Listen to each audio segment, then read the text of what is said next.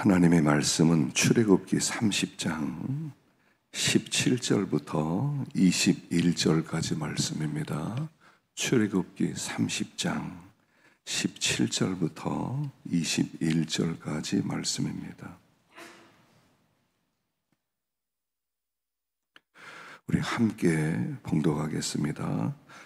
여호와께서 모세에게 말씀하여 이르시되 너는 물두멍을 노수로 만들고 그 받침도 노수로 만들어 씻게 하되 그것을 회막과 제단 사이에 두고 그 속에 물을 담으라.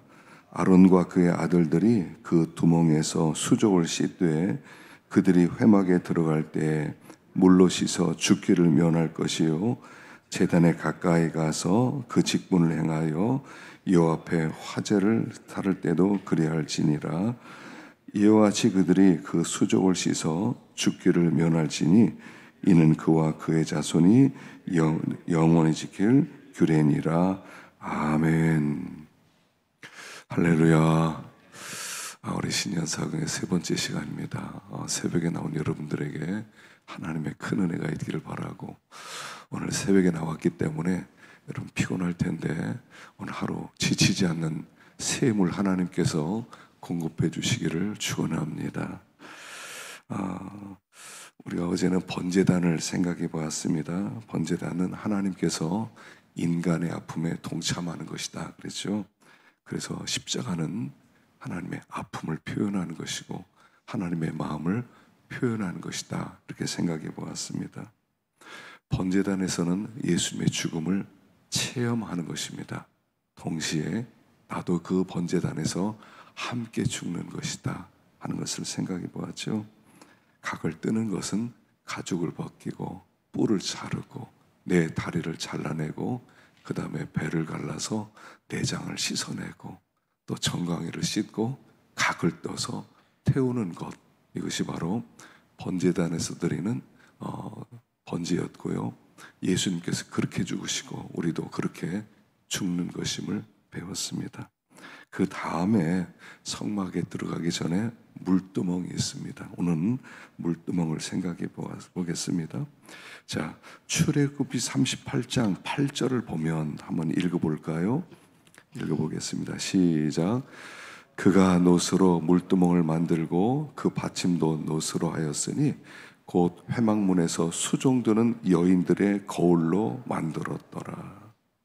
이 물두멍은 회막문에서 수종드는 여인들이 거울, 그 당시는 유리 거울이 아니라 놋 거울이죠. 놋 거울은 놋을 이렇게 잘 닦으면은 아주 반짝반짝 빛나서 사람의 얼굴이 비춰집니다. 그래서 그걸 녹여서 만든 게 물두멍이었어요. 자, 그 거울이라고 하는 것은 옛날이나 지금이나 자기를 단장하는 일에 쓰입니다. 여자들이 거울을 얼마나 귀하게 여깁니까? 그냥 필수품 중에 하나죠. 대개 핸드백 속에 거울 하나씩 다 가지고 다니고, 또 길거리를 가다가 뭐 차 무슨 이렇게 유리가 있으면 거기다 얼굴도 비춰보고, 길을 지나가다가 또 거울이 있으면 자기를 비춰보고 수시로 얼굴을 봅니다. 그런데 그렇게 필수품 같은 이런 거울을 녹여서 그걸 내놓았다는 겁니다. 그 당시 얼마나 이 거울이 귀했겠습니까? 그리고 얼마나 그 자기를 단장하는데 필수품입니까? 그런데 더 이상 거울을 보지 않겠다는 것입니다. 더 이상 거울을 보지 않고 이제는 내면을 단장하겠다, 이런 뜻이 되는 겁니다. 예전에 지금 하늘생명교회는 백유열 장로님이 결혼할 때 그랬다죠. 이은자 권사님한테 나와 결혼하려면 거울을 깰 수 있어야 된다. 거울을 깰 수 있겠느냐. 그랬더니 그 이은자 권사 깨겠다, 그래서 결혼했답니다. 그 이후로 거울을 보았는지 안 봤는지 모르겠습니다만, 여러분, 거울을 깬다는 것, 여러분 여자들에게 더 이상 거울을 안 보고 살겠다는 것. 요새 남자들도 마찬가지죠. 거울 없이 어떻게 살아갑니까? 거울을 더 이상 안 보겠다는 것, 다른 사람들에게 나를 좋게 보이지 않겠다는 것, 하나님 앞에 내면을 가꾸겠다는 것, 이건 보통 결심이 아닙니다. 더 이상 사람들에게 잘 보이려고 하지 않겠다는 거죠. 있는 그대로 보여주겠다고 하는 것. 이게 얼마나 어렵습니까? 얼마나 큰 결단입니까? 그 결단으로 만들어진 것이 물두멍이에요. 물두멍은 물론 노수로 만들었어요. 노수로 만들었다는 것은 예수님의 상징이죠. 예수님의 보혈의 셈이에요. 예수님이 십자가에 죽으시고 받으신 피로 이 그 물두멍을 만들어서 거기서 손을 씻게 만들었어요. 그리고 우리의 외면을 단장하겠다는 그런 마음을 깨고, 그리고 이제는 내면을 단장하겠습니다 하는 마음으로 만들어진 것, 이게 물두멍이란 말입니다. 그래서 우리가 외면을 단장하는 것 이상으로 내면을 단장해야 되는데, 내면은 두 가지로 단장하는 겁니다. 베드로전서 3장 3절 읽어보겠습니다. 시작. 너희의 단장한 머리를 꾸미고 금을 차고 아름다운 옷을 입은 외모로 하지 말고 오직 마음에 숨은 사람을 온유하고 안정한 심령에 썩지 아니할 것으로 하라. 이는 하나님 앞에 값진 것이니. 하나님 앞에 값진 단장이 있다는 겁니다. 그게 뭐냐면 마음에 숨은 사람을 온유하고 안정한 심령에 썩지 않을 것으로 하라. 여기 온유하다 하는 것은 뭐냐면 혈기를 부리지 않는다는 얘기예요. 혈기로 살지 않는다는 거예요. 우리가 혈기가 쑥쑥 올라오지 않아요? 욱 하는 게 있잖아요. 욱 하는 거. 조금 건드리면 욱 하고 올라오는 게 있단 말이에요. 그 혈기가 죽은 마음이 온유입니다. 항상 그래요. 내가 누군 줄 알아. 이거에 우리는 이 세상을요, 그 힘으로 살아갑니다. 내가 누군 줄 알아. 그 혈기예요. 근데 그 죽은 혈기가 온유가 됩니다. 당신이 무슨 말을 하더라도 옳습니다. 당신이 어떤 평가를 하더라도 옳습니다. 당신이 어떤 정죄를 하더라도 옳습니다라고 받아들이는 마음, 그게 온유함이죠. 심령에 썩지 아니할 것 그랬는데, 심령에 썩지 아니할 것은 뭐냐면 영어로는 quiet spirit이에요. 고요한 영이란 뜻이에요. 고요한 영. 그러니까 이 세상에 돌아가는 어떤 뉴스나 상황에 의해서 내 마음이 움직이는 것이 아니라 어떤 상황과 조건 아래서도 움직이지 않는 영으로 하나님 앞에 나가는 거예요. 고요함이죠. 영적 고요함입니다. 그래서 우리 심령 가운데 이 영적 고요함으로 하나님께 나갈 수 있어야 됩니다. 고요한 마음. 내 마음을 흔들기 위해서 사람들이 막 쑤셔대도 빙긋이 웃고 끝나는 마음이에요. 그러니까 그 상황과 조건이 그렇게 중요하지 않고 나도 사람들의 평가에 의해서 움직이지 않는 그런 고요함, 그게 하나님 앞에 아름다운 것이라는 겁니다. 왜냐하면 이 고요한 영, quiet spirit은 비로소 하나님의 음성을 들을 수 있는 마음 자세이기 때문입니다. 우리가 들뜬 마음 가지고 있을 때는요, 하나님의 말씀 안 들립니다. 막 분노할 때는요, 하나님의 말씀은 안 들립니다. 심란할 때는요, 하나님의 말씀은 안 들립니다. 고요할 때만 들립니다. 엘리야가 호렙산에 들어가서 막 태풍이 몰아치고 지진이 나고 불이 나고 하나님의 말씀 안 들립니다. 그러나 고요해진 다음에 세미한 소리가 들리는 거예요. 하나님의 음성은요, 영에게 말씀을 하기 때문에 세미한 음성이 될 때만 전부로 받아들이게 되는 것입니다. 우리가 듣는다고 듣는 게 아니에요. 네 들립니다. 네, 다 들었습니다. 들리는 게 아니에요. 그게 영으로 받는 거거든요. quiet spirit, 고요함, 흔들리지 않음. 그 속에서 하나님의 음성이 들리기 때문에 하나님 앞에 값진 단장이다. 그래서 회막에서 수종드는 여인들이 거울을 다 내놓고, 이제는 내가 이곳에서 내면을 단장하겠습니다. 내 속사람을 단장하겠습니다. 하나님 앞에 갈 때는요, 속사람을 가지고 가는 거예요. 중심의 진실함을 가지고 가는 거예요. 겉모습이 어떠하든 사람이 뭐라고 평가하든 하나님께 전혀 관계없어요. 그러니까 속 사람을 단장하는 그 마음으로 그들이 거울을 내놓았고 그렇게 만들어진 것이 물두멍이다 하는 것입니다. 19절 20절을 한번 읽어보겠습니다. 19절 20절 시작. 아론과 그의 아들들이 그 두멍에서 수족을 씻되 그들이 회막에 들어갈 때 물로 씻어 죽기를 면할 것이요 제단에 가까이 가서 화제를 사을 때도 그리할지니라. 자, 번제단 다음에 물두멍이고요. 그리고 성막으로 들어갑니다. 성막으로 들어가기 전에 그 앞에서 손과 발을 씻어라, 수족을 씻어라. 그래서 죽음을 면해라 하는 것입니다. 하나님 앞에서는 거룩한 것만 통하기 때문에 거룩하지 않은 부정한 것을 주님께서는 제거를 하시는 거거든요. 뭐 죽인다 그래서 구원 못 받았다 이런 얘기를 하는 건 아니에요. 그러나 하나님 앞에 설 수 없다 하는 것을 얘기하고 있는 것입니다. 시편에 보면 24편 3절에 읽어보겠습니다. 시작. 여호와의 산에 오를 자가 누구며 그의 거룩한 곳에 설 자가 누구인가. 곧 손이 깨끗하며 마음이 정결하며 뜻을 허탄한 데 두지 아니하며 거짓 맹세하지 아니하는 자로다. 여호와의 산에 오를 자, 하나님의 집에 들어갈 자가 누구냐는 겁니다. 하나님의 성소에 들어가서 하나님의 얼굴을 배울 수 있는 사람이 누구냐는 겁니다. 제일 먼저 손이 깨끗해야 됩니다. 손이 깨끗해야 돼요. 그래서 이 물두멍에서 손과 발을 씻고 들어가는 겁니다. 그래서 우리가 손을 씻는데 어떻게 씻냐면 그 예수님께서 이 땅에 오셔서 요한복음 10장 13장에 제자들의 발을 씻겨 주십니다. 베드로가 내 발을 못 씻깁니다. 그러니까 내가 네 발을 씻기지 않으면 너와 난 아무 관계 없다. 그러니까 그래요. 머리도 좀 씻겨 주시고 온몸도 씻겨 주세요. 그러니까 아니 목욕한 자는 온몸이 깨끗하다. 발만 씻으면 된다. 이렇게 말씀하세요. 번제단에서 우리가 목욕했어요. 우리가 죽었어요. 그러나 날마다 죄악 가운데 살아요. 물두멍이 있다는 것은 우리가 천사가 아니라는 거예요. 우린 천사 아니에요.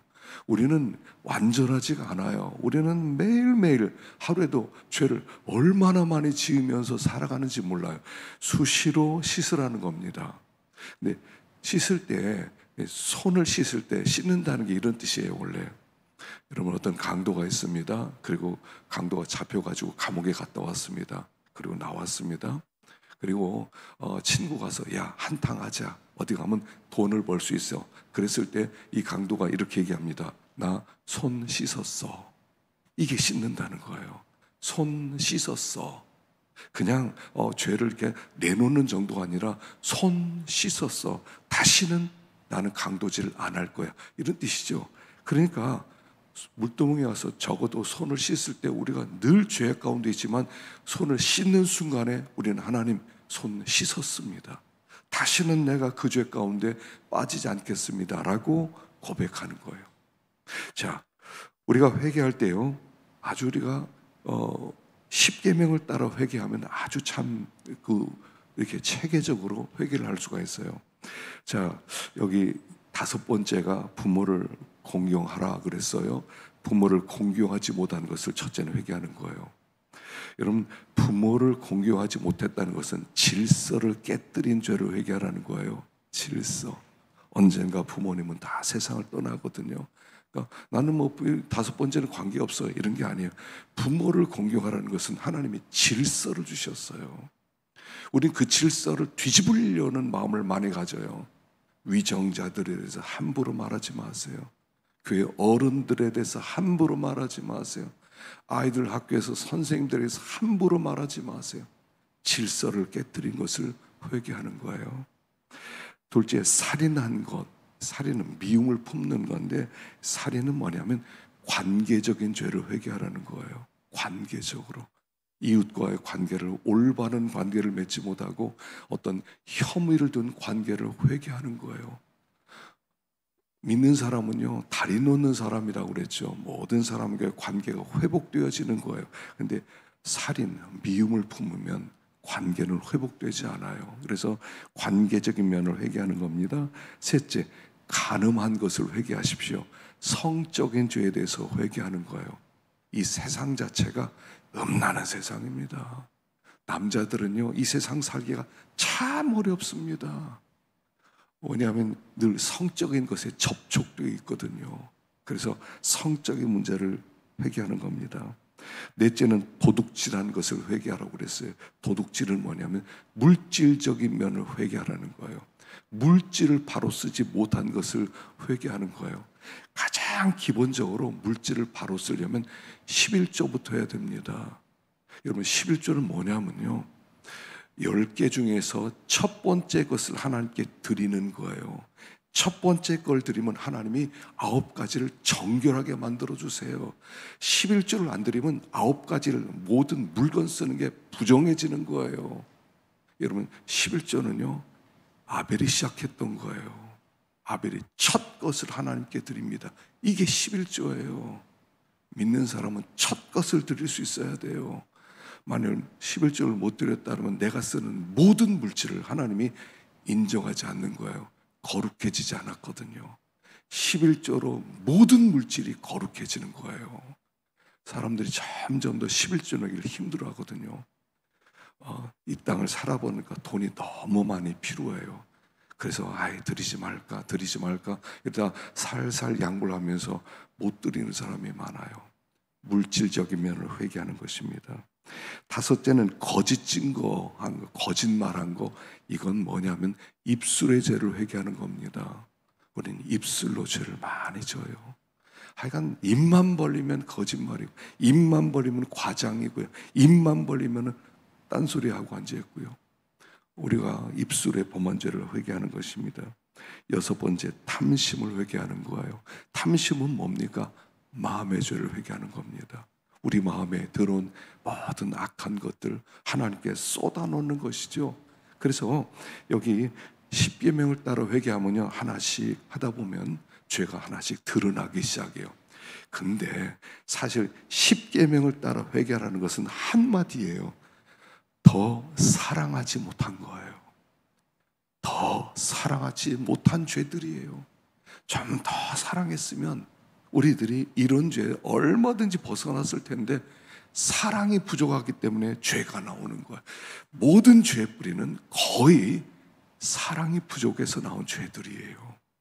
마음을 다하여 하나님을 사랑하고 이웃을 내 몸처럼 사랑했다면 얼마든지 우리는 이 죄를 피할 수 있었을 텐데 사랑이 부족했어요. 그래서 하나님 앞에 사랑이 부족한 것을 돌이키는 것이다 하는 것입니다.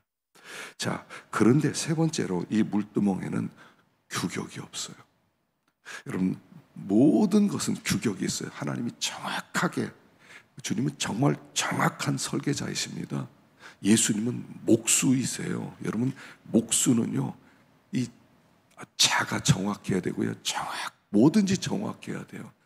한 번, 두 번 재보고 그리고 잘라내는 것입니다. 정확하지 않으면 이게 틀어지게 돼 있고요, 무너지게 돼 있어요. 예수님이 목수였다는 것은요, 구원의 설계자란 뜻이에요. 그런데 그 정확한 분이 물두멍에 대해서는 규격 얘기를 하지 않아요. 나중에 솔로몬은 하나님의 그 마음을 알고 물두멍 10개를 만들죠. 성전으로 들어갈 때 물두멍 10개를 만들고 가운데다는 바다라고 하는 엄청나게 큰 물두멍을 만들어서 하나님의 무한한 은혜와 사랑을 깨달았어요. 얼마든지 용서해 주겠다는 겁니다. 주님께 나오면 씻는 모든 죄들은 내가 다 씻어 주시겠다는 거예요. 가지고 나오라는 거예요. 근데 왜 이런 하나님의 큰 은혜를 누리지 못해요? 적어도 죄를 가지고 나오려면요, 치부예요. 치부. 죄는 숨기고 싶은 거예요. 하나님 앞에서도 하나님, 이건 죄 아니겠죠? 이건 죄 아닐 겁니다. 우리가 이렇게 생각한단 말이에요. 숨기고 싶어요. 내 죄를 누군가 법정에서 증언 쓰려고 그러면 그 사람 죽이려고 그럽니다. 내 죄를 숨기고 싶거든요. 그래서 이 하나님의 무한한 은총을 누리지 못하는 거예요. 여러분, 주님 앞에 나와서요, 죄 씻음을 받으면 어떻습니까? 마음이 편안해집니다. 내 죄를 씻어주셨다. 마음이 편안해지고 마음에 기쁨이 넘치고 이제부터는 무엇이든지 새로 할 수 있고, 여러분 죄를 범해서 감옥 갔다 온 사람들의 마음이 어떻겠어요? 다시는 죄를 안 지어야지, 절대로 저기 다시는 안 가겠다 이러지 않습니까? 세상에는요 용서가 없어요. 그러나 하나님에게는 무한한 용서가 있다는 것이 물두멍이세요. 그러니까 하나님 앞에 내가 회개하려면 내 죄를 복기해 봐야 돼요. 복기해 봐야 돼요. 그때 내가 죄를 졌지. 여러분 사람은요 죄 짓고 나면 생각 안 하고 싶어요. 내 치부는 나도 잊고 싶어요. 내 죄를 잊어버리고 싶어요. 그래서 하나님 앞에 가지고 나오면 되는데 안 가지고 나와서 잊어버리려고 그래요. 잊어버리는 게 아니에요. 문득문득 솟아나와요. 회개하지 않은 것에 대해서는 끊임없이 나를 괴롭힌단 말입니다. 그래서 하나님 앞에 자꾸 고백하세요. 하나님, 죄인입니다. 예전에 이런 죄를 졌습니다. 하나님, 이런 죄를 졌습니다. 자꾸 가지고 나오는 거예요. 그럼 주님이 씻어주세요. 이게 보혈의 셈입니다. 이 능력의 셈입니다. 모든 죄를 용서하는 능력이 있는 셈입니다. 이걸 통과하고 나서야 성막이 들어가는 거예요. 이 문제를 해결하고 나서야 하나님의 얼굴을 배우는 거예요. 그러니까 이 물두멍이 성막 안에 있는 게 아니라 성막 밖에 있어요. 성막 안에서 하나님의 얼굴 배우기 전에 여기에서 모든 문제 한번 해결해 봐라. 우리에게 하나님 앞에 서기 전에 모든 죄를 가지고 나와라 라고 말씀하는 거예요. 그러니까 수시로 나와서 회개하고, 하여간 이 어떤 상황에서 어떤 죄를 범했다더라도 하나님께 그 순간으로 죄를 내놓으면 돼요. 주일날까지 기다릴 필요도 없고요, 기도 시간을 기다릴 필요도 없어요. 이게 죄였구나 하는 그 순간에 하나님 앞에 내가 죄인입니다라고 고백하라는 거예요. 얼마든지. 주님이 베드로가 와서 물어봅니다. 몇 번 용서할까요? 7번 할까요? 야, 70번씩 7번이라도 해라. 난 너희들 무한히 용서하듯이 너희도 그렇게 용서해라. 근데 이게요, 여러분, 용서받는다는 것은요, 아주 여기에 하나 조건이 있어요. 조건. 아니, 용서의 조건이 있어요. 어떤 조건이냐면 용서받은 자는 용서해야 된다는 거예요. 왜냐하면 내가 하나님 이런 죄를 졌습니다. 저 사람이 나에게 이렇게 했는데 저 사람 용서합니다. 그리고 나서 적어도 그 순간에는 그런 마음을 가져야 되잖아요. 근데 우리가 저놈 빼놓고는 다 용서합니다. 그러면 이 죄가 안 씻겨지는 거예요. 왜요? 죄를 품고 있는데 어떻게 씻겨지겠어요? 그래서 주기도문에 우리가 우리의 죄를 사한 것 같이 우리 죄를 사여 주옵소서. 조건 같아요. 조건이 아니라 동시적이에요. 동시적이에요. 용서받은 자는 용서하는 거예요. 난 저 사람 용서는 못해요. 근데 내 죄는 용서해 주세요. 이게 안 된단 말이에요. 왜냐하면 죄는 적어도 손 씻겠습니다 하고 나와야 되는데, 저 사람 용서합니다 하고 나와야 되는데, 이건 용서 안 됩니다. 그러나 저는 용서해 주세요. 하나님이 내가 용서해 주고 싶다 다 하는데 네가 죄는 내려놔야 되지 않느냐, 이렇게 말씀하는 거예요. 용서란 참 조건 같아요. 동시적으로 일어나야 돼요. 내가 용서받을 때는 용서하는 거예요. 이게 동시적이에요. 그래서 우리 하나님 앞에 무한한 하나님의 은혜를 누릴 수가 있어요. 용서하십시오. 이 용서는 나를 용서하는 방법이 되는 거예요. 그래서 다른 사람을 용서하는 것은 나를 용서하는 거예요. 왜냐하면 용서가 안 되면 내 용서가 하나님의 받을 수가 없거든요. 우리 하나님께서도 이건 어떻게 하지 못해요. 그래서 하나님 앞에 용서 안 될 때는 이렇게 기도하세요. 하나님, 용서할 수 있는 믿음 주시고 용서할 수 있는 마음 주시고 하나님, 그를 품을 수 있는 믿음 주시고 그렇게 기도하세요. 왜냐하면 용서하는 것도 내 힘으로 되어지는 것이 아니기 때문에 그렇습니다. 그래서 물두멍에서 오늘 또 손을 씻으십시다. 어떤 것이든 괜찮아요. 하나님 앞에 다 내려놓으면 우리 하나님께서 씻어주시고 또 우리 하나님께서 우리를 받아주시고 그 자유와 그 기쁨을 오늘도 누리게 될 줄로 믿습니다. 기도하겠습니다. 여자들의 거울로 만든 물두멍입니다. 내면을 단장하라는 겁니다. 온유한 마음과 안정된 심령에 썩지 아니할 것으로 내면을 단장하십시오. 제사장들이 수시로 손과 발을 씻었습니다. 여러분 10계명을 따라서 하나님 앞에 자기의 죄를 쏟아놓고 회개하십시다. 무엇보다도 사랑하지 못한 것, 그것이 우리의 죄입니다. 물두멍에는 구역이 없어요. 하나님의 무한한 은혜와 사랑에 그 앞에 있는 것입니다. 그 보혈의 샘에 우리의 모든 죄를 수시로